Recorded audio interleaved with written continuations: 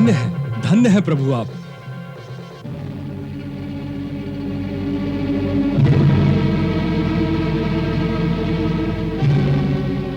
हे पार्वती पति, हे शूलपाणी, हे महादेव, रक्षा करो हे शिव शंभो, हे कैलाशपति, मेरे पति की रक्षा करो। प्रभु, महाराज रावण ने हमें आपका सैन्य बल, आपके मंत्रियों और महारथियों के पास क्या-क्या शक्तियां हैं, उनके युद्ध संचालन का कौशल कैसा है, रण की योजना और निर्बल स्थानों का भेद जानने के लिए भेजा था। विभीषण, कुलद्रोही, हम इसका मुंह देखना नहीं चाहते। और उसके साथ कौन है? किष्किंधा नरेश, सूर्यपुत्र सुग्रीव, उनके साथ लक्ष्मण, और वो है श्री राम। श्री मत कहो।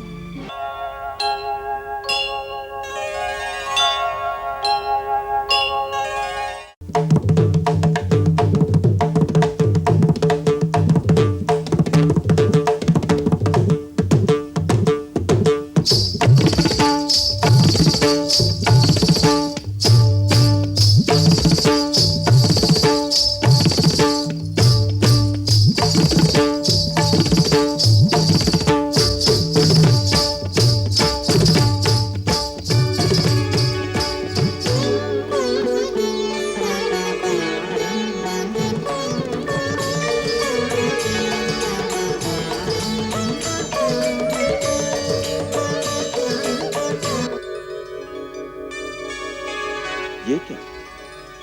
ये चमक कहां से? लगता है आज आकाश में चमकते चंद्रमा में कुछ विशेष चमक आ गई। प्रभु, ये तो आपके दर्शन की छवि से चंद्रमा चमक उठा है। परंतु चंद्रमा की चमक के साथ रह रहकर ये बिजली कौंध उठती है, ये कैसे संभव है? बिना बादल बिजली कैसे चमक सकती है, वो भी दक्षिण दिशा से? इसमें अवश्य कोई भेद है। आज्ञा हो तो इस भेद का भेदन मैं करूं कृपा सिंधु। इस मायामयी स्थान के बारे में आपसे अधिक और कौन जान सकता है लंकेश? इस रहस्य पर से आवरण उठाइए विभीषण जी। वास्तव में बात यह है कि ना ये चमक चंद्रमा की है और ना ये कौंध बिजली की है। फिर क्या है ये?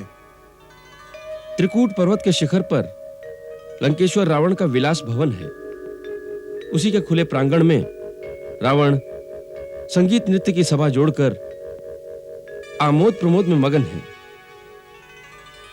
वहीं पर बैठी रानी मंदोदरी के कानों के कर्णफूल हिल हिलकर चंद्रमा की चमक का भ्रम उत्पन्न कर रहे हैं तथा महाराज दशानन का मुकुट सिंहासन पर छाए छत्र में से बिजली की आभा का आभास दे रहा है। आश्चर्य! शत्रु अपने दल बल के साथ विशाल सागर लांघकर लंका की सीमा तक आ पहुंचा है। किसी भी क्षण लंका पर आक्रमण हो सकता है। शीश पर युद्ध के बादल मंडरा रहे हैं और लंकापति निर्भय निश्चिंत होकर आमोद प्रमोद में मग्न है। परम आश्चर्य! वीरवर लक्ष्मण, ये जो वो कर रहा है वो रावण की रणनीति की एक चतुर चाल है। इसमें रणनीति की क्या चाल हो सकती है? इससे तो यही सिद्ध होता है कि उसे हमारे आने की सूचना तक नहीं। पूरी सूचना है। हमारा एक पग आगे बढ़ता है, उसे उसी समय सूचना मिल जाती है। अतः आपके लंका पहुंचने पर वो चिंता रहित होने का प्रदर्शन कर रहा है, जिससे शत्रु के हृदय पर उसकी धाक जम जाए और उधर लंका की प्रजा में युद्ध का आतंक न फैले। इसलिए अपने आचरण से ऐसा प्रदर्शन कर रहा है जैसे नर वानर जैसे बैरियों का उसके लिए कोई महत्व नहीं। उसकी चर्या में ऐसी चढ़ाई से कोई अंतर नहीं आता। इस प्रदर्शन का यही अर्थ है। फिर भी हमें चेतावनी तो उसे दे ही देनी चाहिए।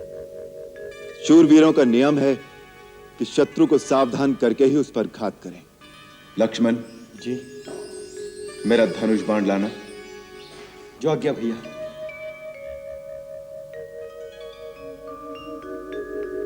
हाँ, धनुष बाण क्या करेंगे रघुकुल शिरोमणि? कुछ नहीं, उसे सावधान कर दूंगा। उसे इतना बता दूंगा कि मैं लंका में आ गया हूं।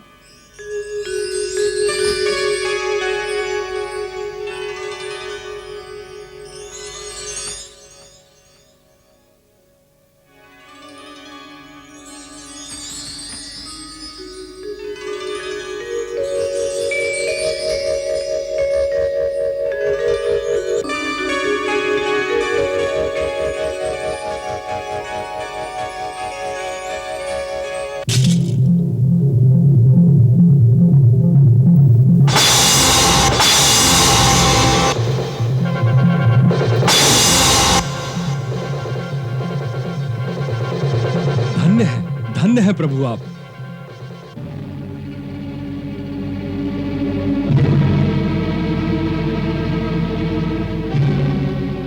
हे पार्वती पति, हे शूलपाणी, हे महादेव, रक्षा करो हे शिव शंभो, हे कैलाशपति, मेरे पति की रक्षा करो।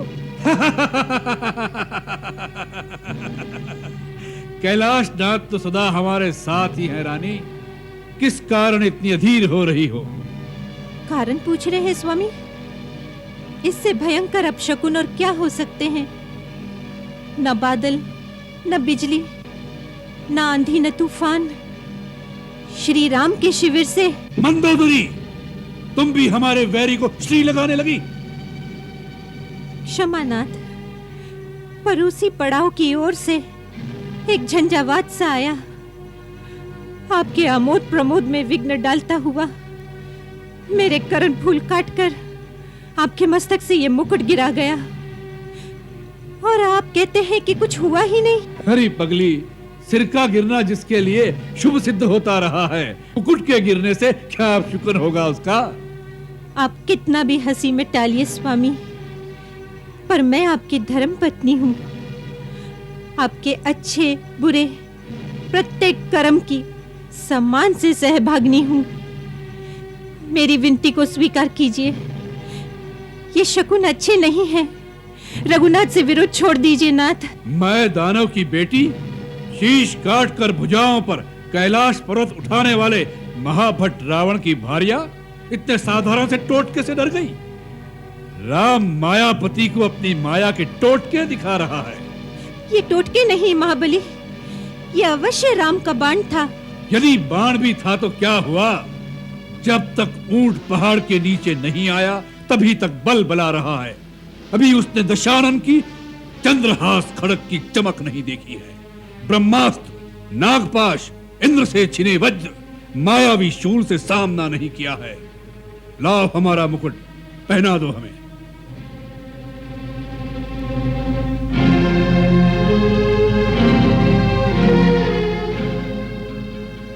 हे महादेव, अनंत काल तक लंकेश्वर के मस्तक पर यह मुकुट दमकता रहे।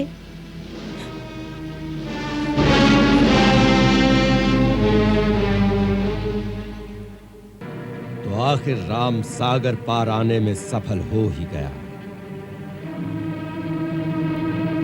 दंडक वन से बढ़ते बढ़ते वो लंका के सिर पर आकर बैठ गया, और हम अभी तक उन वानरों को तुच्छ समझकर उनकी उछल कूद का तमाशा ही देख रहे हैं। मेरा तो यह अनुमान है, उन्हें देवलोक से दैवी सहायता प्राप्त हो रही है, या स्वयं देवता लोग वानर रूप धारण करके राम के पीछे आ गए हैं। अन्यथा मानव के लिए यह असंभव था। देवलोक, देवी सहायता, तुम किसके सामने देवताओं का हौवा खड़ा कर रहे हो? जो मुख में तिनका दबाए मेघनाथ का जयघोष करते हुए लंका तक घिसटते चले आए, जो खुद अपनी रक्षा नहीं कर पाए, वो हारे हुए देवता किस बल पे लंकेश से टक्कर लेंगे? बेटे, हारा हुआ सिपाही चोट खाए नाग के समान भयानक हो जाता है। अवसर मिलते ही उसी प्रकार उमड़ पड़ता है, जैसे भाटे में पीछे हटी सागर की लहरें फिर जवार बनकर उबल पड़ती हैं। आपके बाल ही सफेद नहीं हुए हैं आदरणीय माल्यवान जी, आपके रक्त की लाली भी समाप्त हो चुकी है। हर घड़ी हारी हारी उत्साहहीन राय देने के लिए दरबार में बैठने से अच्छा तो यही हो कि आप आर्यों के समान वानप्रस्थ लेकर आर्यव्रत के किसी कोने में जाकर विश्राम करें। शांत तात इंद्रजीत शांत। हम जानते हैं तुम्हारी शिराओं का गर्म शोणित उबाल खा रहा है। शत्रु दल की साधारण सी सफलता से तुम्हारी भुजाएं उनको रौंद डालने के लिए फड़क रही हैं। महाराज, जब वो मदारी राम अपने वानर दल को लेकर अपने झूठे बल की डुगडुगी बजाता हुआ सागर के उस पार पहुंचा था, उसी समय मैं उसे रौंद कर सागर की रेत में मिला देता, परंतु इन डरपोक सलाहकारों की राय लेकर मुझे रोक दिया गया। और अब जो जो उनके कदम बढ़ते जा रहे हैं, लंका के नागरिकों में आतंक छा रहा है। कहीं ऐसा न हो महाराज कि नागरिकों के मन में छाया हुआ भय हमारे सैनिकों का मनोबल भी गिरा दे। नहीं युवराज, लंका के वीर बाकुरे सिपाही आपके संकेत की प्रतीक्षा कर रहे हैं। तो अब देर किस बात की? आज ही रणभेरी गुंजाने के लिए आदेश दीजिए। मुझे आज्ञा दीजिए महाराज कि मैं आज रात के अंधेरे में ही उनके शिविर पर धावा बोल दूं। अभी तो वो कनाते ही खड़ी कर रहे होंगे। बिजली की भांति उन पर टूट पड़ूंगा तो चेतना आने से पहले ही सब के सब ढेर हो जाएंगे। युवराज, आपकी राय ठीक है, ऐसा ही करना चाहिए, परंतु आक्रमण आज नहीं, कल रात को करना चाहिए। कल क्यों? वो इसलिए कि आज रात को मैं उनके शिविर में जाकर उनकी व्यूह रचना को देख आता हूं। हो सकता है उन्होंने भी यही विचार कर ऐसी ही व्यूह रचना की हो कि हम उन पर आक्रमण करने जाएं और वो हमें चारों ओर से घेर ले। ये मत भूलिए कि अब उनके साथ विभीषण है, उसे हमारी युद्ध पद्धति का ज्ञान है, उसने अवश्य उन्हें सावधान कर दिया होगा। आज रात्रि को मुझे ये सब देखाने दीजिए। विभीषण, विभीषण कुलद्रोही! मेरी इच्छा तो उस समय भी यही थी कि उसे बंदी बनाकर कारागार में डाल दिया जाए। वत्स, उससे हमारी असुर जात में ही आपस में मतभेद होने की आशंका थी। हमारे अपने अंदर ही दो दल बन जाते। अब संसार उसे कुलद्रोही, घर का भेदी कहकर दोषी मानेगा। इससे उसका मान बढ़ेगा नहीं। कुछ भी हो लंकेश्वर, इस समय वो शत्रु से मिले हुए लंका के भेदी हैं। इसलिए उनके शहर के अंदर तक जाकर मैं एक बार राम की व्यूह रचना का सूक्ष्म से सूक्ष्म संपूर्ण छिद्रान्वेषण कर लेना चाहता हूं। युद्ध कल तक के लिए स्थगित कर दे। इस बार तुम अकेले नहीं जाओगे शुक। मैं अपने साथ सारन को ले जाऊंगा। हम दोनों वानरों के रूप में उनकी वानर सेना में प्रवेश कर जाएंगे। हम तुमसे सहमत हैं। विशेष रूप से हम ये जानना चाहते हैं कि उनमें हनुमान के समान बलशाली नायक कौन कौन हैं? कितने प्रमुख सेनानियों को माया शक्ति से लड़ने की विद्या आती है? क्योंकि मायावी शक्ति हम असुरों का सबसे बड़ा बल है। क्या वहां भी कुछ भालू वानर सैनिक ऐसे और हैं जो रूप बदलने और उड़कर आने में समर्थ हैं? सावधान, विभीषण की दृष्टि से दूर रहना। असुर की माया को पहचान लेता है। पकड़े जाओगे। जी महाराज। अकंपन, प्रहस्त, महापार्श, तुम इस बात का खास ख्याल रखना कि नागरिकों में किसी प्रकार की घबराहट फैलने न पाए। शत्रु के नगर द्वार तक आने पर भी कोई आतंक न फैले। उनका ध्यान किसी दूसरी ओर लगा रहे। हमारी दिनचर्या में कोई अंतर नहीं आना चाहिए जिससे प्रजा आश्वस्त रहे, भयभीत न हो। जो आज्ञा महाराज। अब जाने की आज्ञा दे महाराज। आज्ञा है, शीघ्र लौट कर आओ। लंकेश की जय हो।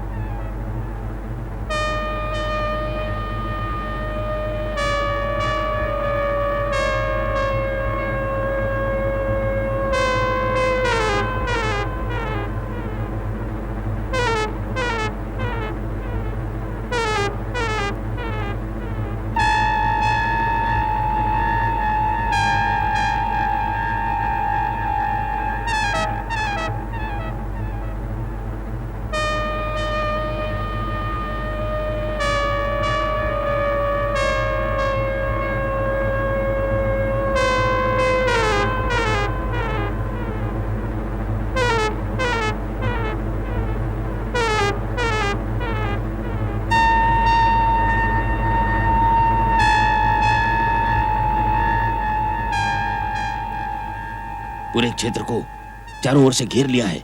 सारन, ये शिविर नहीं, पूरी की पूरी व्यूह रचना है। किसी ओर से भी आक्रमण करें, पूरे शिविर को घेर ही नहीं सकते। शुक, दरबार में तुमने जो एकाएक आक्रमण न करने की राय दी थी, वो कितनी दूरदर्शितापूर्ण थी। मैं तो दंग रह गया सारन। यदि हमारी सेना आवेश में आकर आक्रमण कर देती तो प्रथम प्रहार में मुंह की खानी पड़ती। इतने कम समय में जितनी जानकारी मिलनी थी मिल गई। अब हमें राम और लक्ष्मण की क्या सुरक्षा है, ये देखकर तुरंत यहाँ से निकल जाना चाहिए। अगर विभीषण की दृष्टि पड़ गई तो सब भांडा फूट जाएगा। तुम्हारा भांडा फूट गया है शुक और सारन।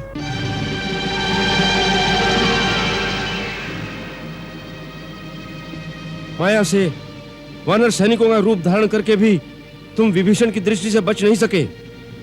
अब तुम्हारा लुका छिपी का खेल समाप्त हो गया है। अपने असली रूप में आओ।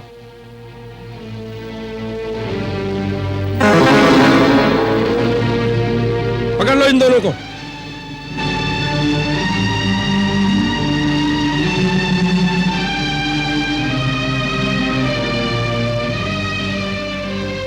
ले चलो श्री राम प्रभु के शिविर में। वही इन गुप्तचरों को उचित दंड देने का निर्णय करेंगे।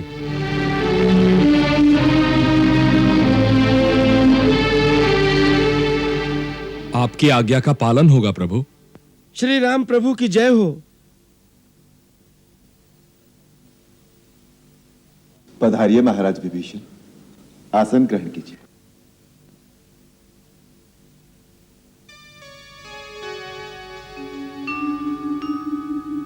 क्या बात है बंधु, आज आपके शांत मुख पर उत्तेजना दिखाई दे रही है। श्री राम प्रभु के सम्मुख ले आओ दोनों को।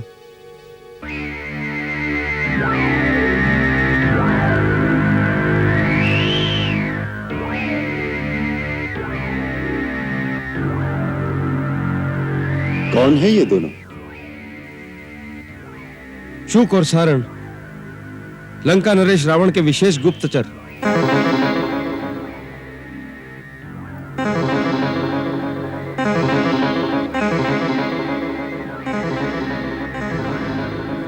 इनमें से इन महाशय शुक को तो महाराज सुग्रीव भली भांति जानते भी होंगे।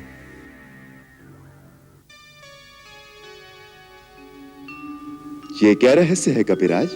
ये भीषण रहस्य है। महाराज सुग्रीव अपनी महानता और मित्र धर्म पालन का बखान स्वयं अपने मुख से नहीं करेंगे, परंतु इन्होंने आपकी मित्रता के लिए बहुत बड़े प्रलोभनों को ठोकर मार दी थी। अच्छा, कुछ दिन पहले ये शुक बहुत बड़े प्रलोभन के साथ लंका के राजा रावण की मित्रता का संदेश लेकर महाराज सुग्रीव के पास आए थे। एक राजा दूसरे राजा के पास संधि संदेश भेज सकता है? इसमें कोई अनीतिपूर्ण कार्य तो हुआ नहीं। संधि संदेश का तो स्वागत करना चाहिए था। वो संधि का संदेश नहीं था, दो मित्रों की मित्रता के बीच दरार डालकर फूट डालने की कुटिल कूटनीति थी। मित्रद्रोह का निमंत्रण था। परंतु महाराज, मित्र धर्म का पालन करने के लिए रावण से शत्रुता का स्वागत करके इस ढीठ दूत को लौटा दिया था। सुग्रीव जैसे मित्रों से ही मित्रता की मर्यादा गौरवान्वित है। आज क्या संदेश लेकर आए हैं आप दोनों महानुभाव? आज ये कोई संदेश लेकर नहीं आए। ये गुप्तचर बनकर हमारी छावनी में हमारे भेद लेने आए हैं। अपनी मायावी क्षमता से वानर सैनिकों के रूप में वानर सैनिकों से हिल मिलकर हमारे निर्बल स्थलों का अन्वेषण कर रहे थे। ये वही कर रहे थे जो गुप्तचरों को करना चाहिए था। अब हम वो करेंगे जो हमें करना चाहिए। क्या करना चाहिए हमें? गुप्तचर पकड़े जाएं तो उनके लिए मृत्युदंड निर्धारित है। पहली बार जब यह दूत बनकर आया था, उस समय राजनीति के अनुसार मैं चाहते हुए भी इसे मृत्युदंड न दे सका, परंतु अब यह गुप्तचर बनकर आया है। रणनीति के अनुसार इसे मृत्युदंड देना ही उचित है प्रभु। गुप्तचर का वध होना ही चाहिए, यही नियम है। युद्ध नीति है, राजनीति है। गुप्तचर को छोड़ देना रण में पराजय का कारण बन सकता है भैया।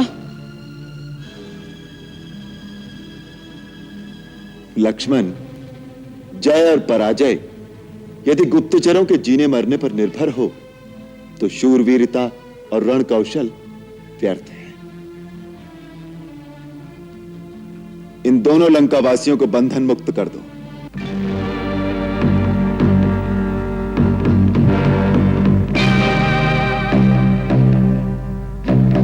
प्रभु,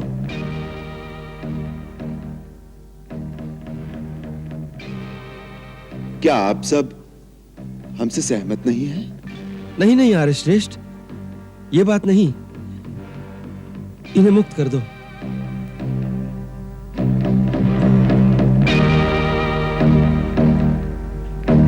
प्रभु,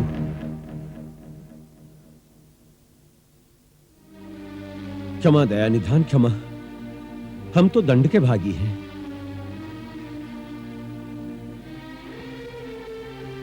प्रभु, महाराज रावण ने हमें आपका सैन्य बल, आपके मंत्रियों और महारथियों के पास क्या क्या शक्तियां हैं, उनके युद्ध संचालन का कौशल कैसा है, रण की योजना और निर्बल स्थानों का भेद जानने के लिए भेजा था। अपने राजा की आज्ञा का पालन कर तुमने अपने कर्तव्य का पालन किया है। ये सब छलबल रणनीति के अंग है। यदि तुमने सारे भेद प्राप्त कर लिए हो तो लंका में जाकर प्रसन्नता पूर्वक अपने राजा को हमारे बलाबल से पूरी तरह परिचित करा दो। यदि अब भी कुछ देखना शेष रह गया हो तो निर्भय होकर तुम उसका भी अवलोकन कर सकते हो। महाराज विभीषण तुम्हें पूर्ण रूप से सब कुछ दिखा देंगे। महाराज विभीषण, इनकी सारी इच्छाएं पूरी कर दें। प्रभु, आप जैसा उदार शत्रु मैंने आज तक देखा ही नहीं। इसलिए कि मैं किसी प्राणी का शत्रु ही नहीं। आपके दर्शन करके, आपकी उदारता देखकर हमारी समस्त इच्छाएं पूर्ण हो गई। शत्रु पर इतनी दया करने वाला पूजा के योग्य हो सकता है, शत्रुता के योग्य नहीं। ये ज्ञान दशानन को दे सको तो लंका का कल्याण हो जाए। अपने राजा से हमारा इतना संदेशा भी सुना देना कि केवल सेना की गिनती से और सेनापतियों के बल की थाह का भेद लेने से ही युद्धों का निर्णय और बैरी पर विजय प्राप्त नहीं होती। धर्म, नीति और सत्य ही यथार्थ शक्ति होती है। जीत सदा सत्य की होती है, अन्यथा हर एक शक्तिशाली आतताई अमर हो जाता। जो आज्ञा दया निधान। अयोध्यानाथ, अब हमें जाने की आज्ञा दी। जाओ और जाकर लंकेश को हमारी शक्ति और हमारी सेना के सारे भेद बता दो। यह चुनौती भी सुना देना कि जिस बल के भरोसे तुमने देवी सीता का हरण किया है, वही बल अब अपनी सेना और सारी शक्ति के साथ रणभूमि में दिखाना।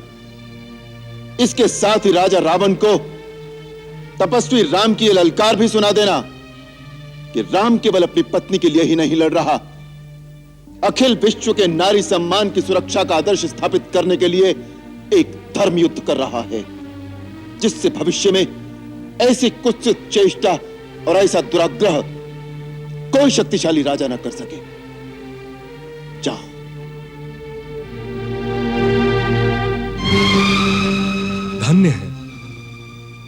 धन्य है प्रभु, करुणा निधान।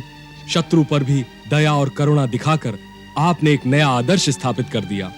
आपकी महिमा अपरंपार है प्रभु।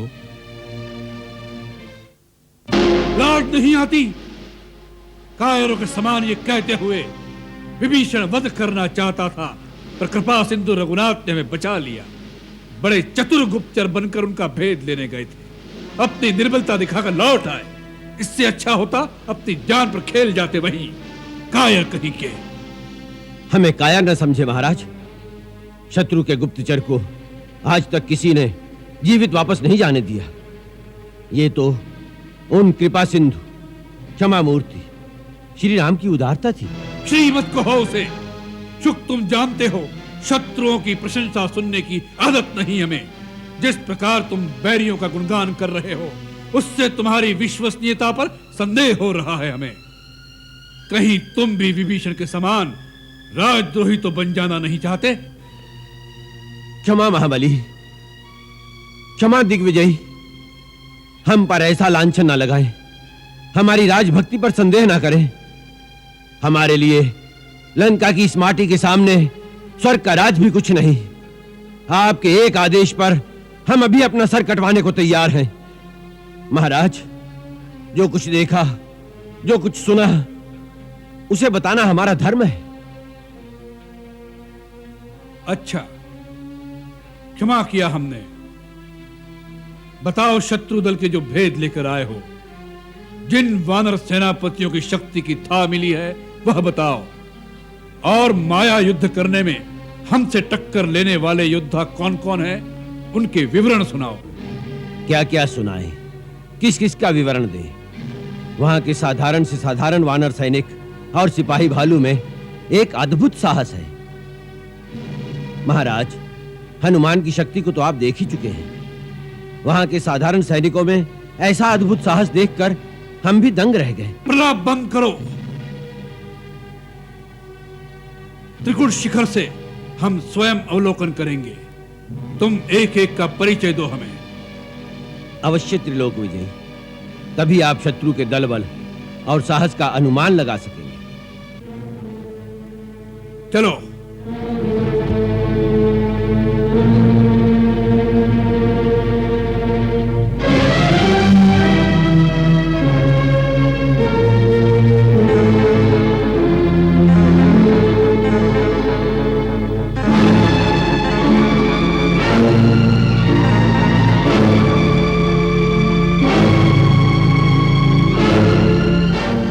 देखिए महाराज, आप स्वयं देखिए, सुबेलू पर्वत, सारी पहाड़ी घाटियां, पूरा वन प्रदेश, जिधर भी दृष्टि जाती है टिड्डी दल की तरह वानर सेना छाई हुई है।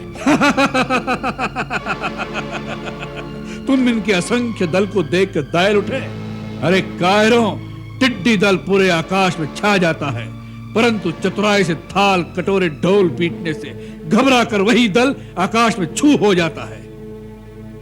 क्षमा करें महाराज, वही टिड्डी दल जब धरती पर उतर आता है तो खड़ी खेतियां उजाड़ हो जाती हैं। महाराज, आज वही टिड्डी दल हमारी लंका की धरती पर उतर आया है। महाराज, हम एक एक का बल पराक्रम देखकर आए हैं। अच्छा, बताओ, किस किस में कितना बल है, कितनी शक्ति है, सैन्य संचालन, पराक्रम का पूर्व अनुभव क्या है? हमें परिचय दो। सुनाओ इन सबकी बिरदावली। किस किसका क्या भेद जानकर आए हो? बोलो शुक, सारण, करो इनके वर्णन। महाराज, किसका वर्णन करें और किसको छोड़ें? महाराज, सुना है किष्किंधा से आई महाराज सुग्रीव की सेना के जितने सरदार हैं, उन सब की उत्पत्ति गंधर्वों और देवताओं से हुई है। यूं कहो कि सारा देवलोक, गांधर्व लोक वानर रूप धारण करके राम के पीछे हो लिया है? महाराज, वो देखिए, उस लाल देह, लाली लसे, लंगूर की सी मोटी पूंछ वाले मरकट को तो आप पहचानते ही होंगे। वानरों में श्रेष्ठ ये पवनपुत्र के नाम से विख्यात है, जो सबसे पहले इतना विशाल समुद्र लांघ कर लंका में आया था। उसका नाम तो हनुमान था। हाँ त्रिलोक विजयी, ये वही हनुमान है। वो देखिए स्वामी, वो मोटा श्वेत केश वाला हनुमान का पिता केसरी है।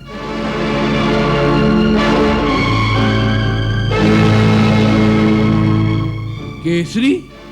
हाँ पृथ्वी पालक, देवताओं के गुरु, बृहस्पति के पुत्र, वानर श्रेष्ठ केसरी, जिन्होंने हाथी के रूप में वन में उत्पात मचाने वाले राक्षस शमसादन का वध किया था। पूरा वानर यूथ इनका आदर करता है। और वो झूमता अकड़ता वानर कौन है? वो बांका जवान वानर युवराज अंगद है, इंद्र के पुत्र बाली का बेटा और इंद्र का नाती है। अंगद? और उसके साथ वो दो वानर कौन है? बलवान वानर मैंद और द्विविद हैं। महाराज, ये दोनों अश्विनी कुमार के पुत्र हैं। गज, गवाक्ष, गवय, शरभ और गंधमादन। महाराज, ये पांचों योद्धा यमराज के पुत्र हैं।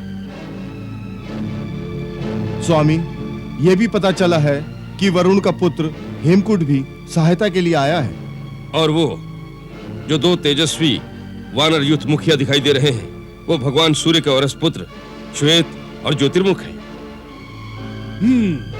और वो लंबा रीछ कौन है?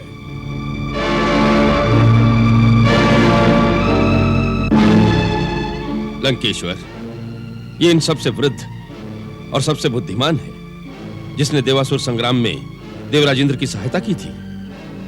इसे ब्रह्मा का पुत्र भी कहते हैं। इसके बड़े भाई का नाम धूम्र है, इसका नाम जामवंत है।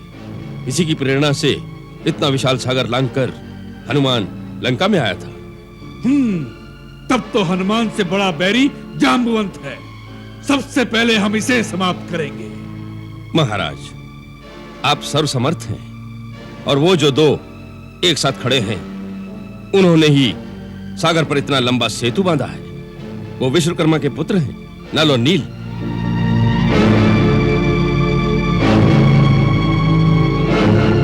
नल और नील।